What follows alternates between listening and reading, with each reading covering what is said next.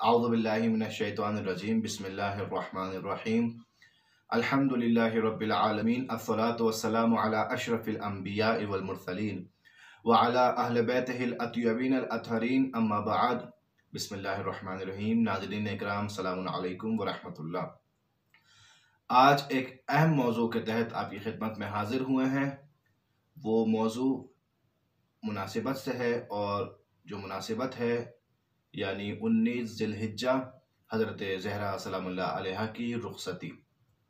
जैसा कि हमें मालूम है कि हज़रत ज़हरा सलामुल्लाह अलैहा की मौलाए कायनात हज़रत अली अलैहिस्सलाम से जो ये शादी हुई है, जो ये इज़्ज़वाज हुआ है, ये आसमानी इज़्ज़वाज पहली ज़िलहिज्जा को मुनअक़िद हुआ और 19 रोज़ बाद यानी 19 ज़िलहिज्जा को हज़रत फ़ातिमा ज़हरा सलामुल्लाह अलैहा रुखसत होकर मौलाए कायनात हज़रत अली इब्न अबी तालिब अलैहिस्सलाम के घर में तशरीफ़ लाई हैं। ये ऐसी शादी है कि जिसे कायनात की सबसे बेहतर शादी कहा जा सकता है, इस लिहाज से कि जो दूल्हा है वो वलियों का सरदार है, औलिया सैयदुल औलिया है, कायनात का मुश्किल कुशा है, अमीरुल मोमिनीन है और सारी कायनात में सबसे ज्यादा फजीलत रखने वाला शख्स है रसूल के बाद जो दूल्हा है। और दुल्हन कौन है? कायनात की शहजादी बिन्त रसूल सैयदुल अंबिया की बेटी हजरत फातिमा ज़हरा सलामुल्लाह अलैहा सिद्दीक़ा ताहिरा बुतूल। ये कायनात का सबसे खूबसूरत इज़्ज़वाज है, कायनात की सबसे खूबसूरत शादी है जो रूए ज़मीन पर हुई है।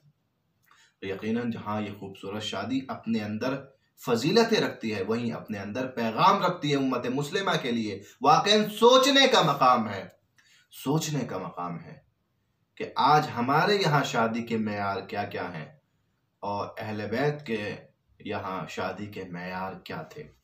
वाकई जब हम सीरत अहले बैत को फरामोश कर दें तो यकीनन अहले बैत हमसे राज़ी नहीं हो सकते। अहले बैत हमसे उसी सूरत में राज़ी हो सकते हैं कि जब हम सीरत अहले बैत पर अमल करें, हर मैदान में अमल करें, हर तरीके से अमल करें। हम देखें, अगर शादी करनी है तो देखें कि शादी के मेयार हज़रत अली की नज़र में क्या थे, रसूल खुदा की नज़र में क्या थे। वो कौन सी वजूहात थी कि जिन वजूहात को रसूल खुदा ने हज़रत अली में देखा था और बेटी के लिए शादी के लिए राज़ी हो गए थे। वो कौन कौन से मरासिम थे, वो कौन कौन सी रसूमात थी, रस्में थी जो इस शादी में अदा की गई थी। वो कौन कौन सी रस्म थी, कितना जहेज था जो रसूल ने अपनी बेटी को दिया और क्या महर था जो मौलाए कायनात ने हजरत ज़हरा को दिया। ये सारी चीजें हमारे लिए पैगाम है। हम इन सारी चीजों को पढ़ें, अपने यहाँ शादियों में अप्लाई करें सीरत अहले बैत को। वरना अगर हमारे यहाँ शादियों में सीरत अहले बैत नहीं होगी तो नतीजा होगा शादियां कामयाब नहीं होंगी। आज बड़े अफसोस का मकाम है कि अक्सर शादियां नाकाम हैं, झगड़े हैं, नामुवफ़्फ़क़ हैं। उस नामुवफ़्फ़क़ियत की वजह क्या है, उन नाकामियों की वजह क्या है? जो लोग मसलन शादी के बाद में 1 साल बाद 2 साल बाद ये कहते हुए नजर आते हैं कि यार शादी करके पछता रहे हैं, या शादी सही नहीं की, या देखने में गलती कर दी, या जल्दबाजी कर दी। ये सारी चीजें जो सामने आती हैं शादी के बाद में, कुछ महीनों के बाद, कुछ सालों के बाद, वो क्यों हैं? ये कामयाब शादी क्यों नहीं हो रही? वो इसीलिए क्योंकि सीरत अहले बैत, सीरत आइम्मा को नजरअंदाज किया जा रहा है। हम नजरअंदाज कर रहे हैं सीरत आइम्मा को। महर के बारे में जब हम देखते हैं, रसूल खुदा ने सबसे पहले मौला अली से यही पूछा कि अली तुम्हारे पास महर में देने को क्या है? मौला अली ने कहा, या रसूल अल्लाह आपको तो पता है मेरे पास क्या है। एक जुल्फ़िकार है, एक जुलजना है, एक घोड़ा है जिस पर मैं सवार होता हूँ, एक जुल्फ़िकार है कि जिससे मैदान में जंग करता हूँ, एक ज़िरा है कि जिससे खुद को बचाता हूँ। रसूल खुदा ने कहा कि जुल्फ़िकार की जरूरत है, तुम्हें अभी कई मैदान फतह करने हैं। तुम्हें घोड़े की जरूरत है क्योंकि तुम्हें जंग में कारनामे अंजाम देने हैं, लेकिन तुम्हें ज़िरा की जरूरत नहीं क्योंकि किसी के अंदर ऐसी हिम्मत नहीं कि तुम पर वार कर सके। लिहाजा ज़िरा बेचकर महर अदा किया जाए। ज़िरा बेची गई, महर अदा किया गया। ये महर थी। इसके ऊपर ताकीद की गई। हमारे यहां जहेज की ताकीद ज्यादा है, महर नाम को लिखा जाता है। और बाज मौकों पर जो महर बेटी का हक है उसे पता ही नहीं होता कि मेरा कोई हक महर नाम का बनता है।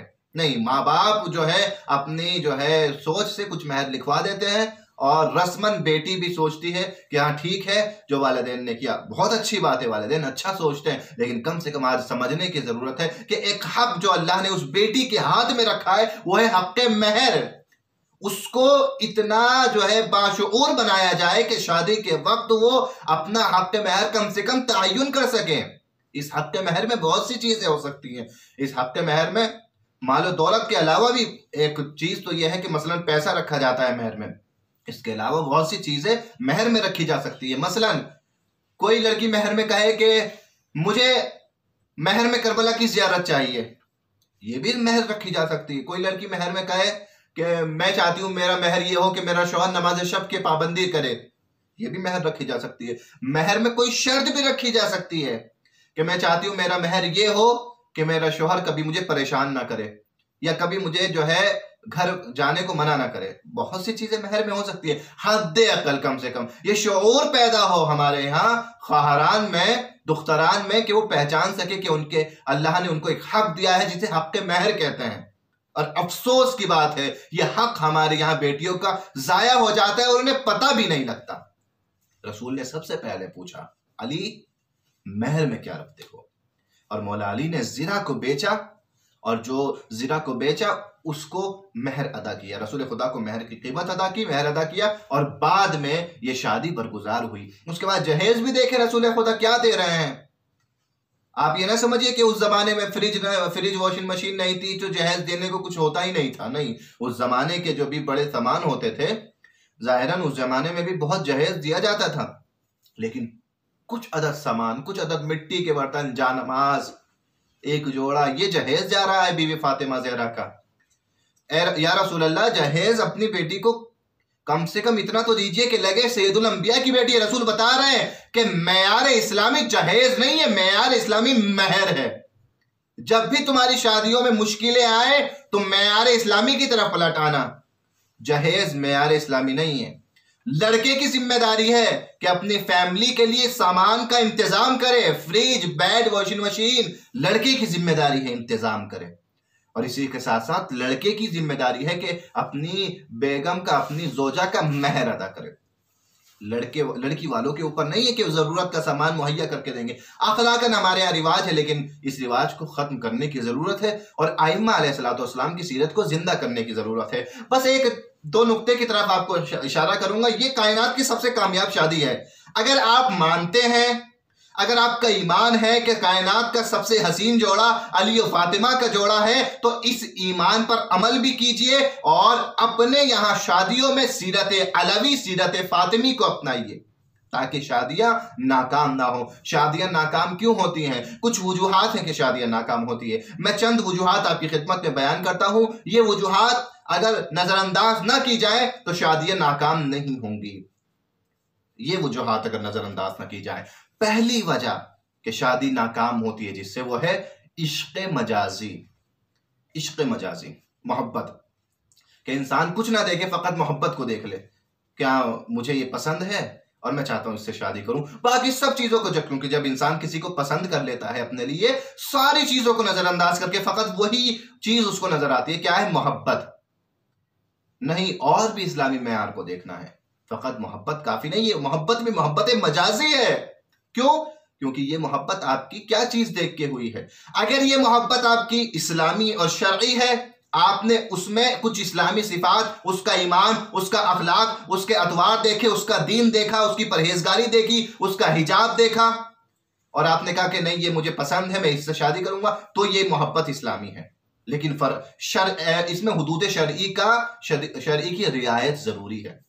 लेकिन अगर इसके अलावा आपने खूबसूरती देखी, माल देखा, कोई और चीज देखी और मोहब्बत की, ये मोहब्बत मजाजी है। और फकत इस मोहब्बत को मेयार बना के शादी अगर करेंगे तो मुश्किल है कि यह शादी कामयाब हो पाए, क्योंकि और मेयार इसमें नजरअंदाज किए गए। तो पहला मेयार जिसे जरूरत है कि नजरअंदाज ना किया जाए वह है इश्क मजाजी ना हो, और भी मेयारात हो जिनको देखा जाए। दूसरा मेयार क्या है? जल्दबाजी ना करे शादी में। हमारे यहाँ बाज शादियां इसीलिए नाकाम हो जाती हैं क्योंकि शादी करने में जल्दबाजी करते हैं लोग कि जी हम जल्दी से शादी करेंगे, ज्यादा तहकीक नहीं हुई, ज्यादा कुछ हुआ नहीं, बस अच्छा रिश्ता मिल गया, कहीं हाथ से न निकल जाए, जल्दी शादी कर दी जाए। नहीं, ये जल्दबाजी सबब बनती है कि बाद में रिश्ता सही से सलामत ना रह पाए। तीसरा सबब क्या है? इस्लामी मेयार को नजरअंदाज करना।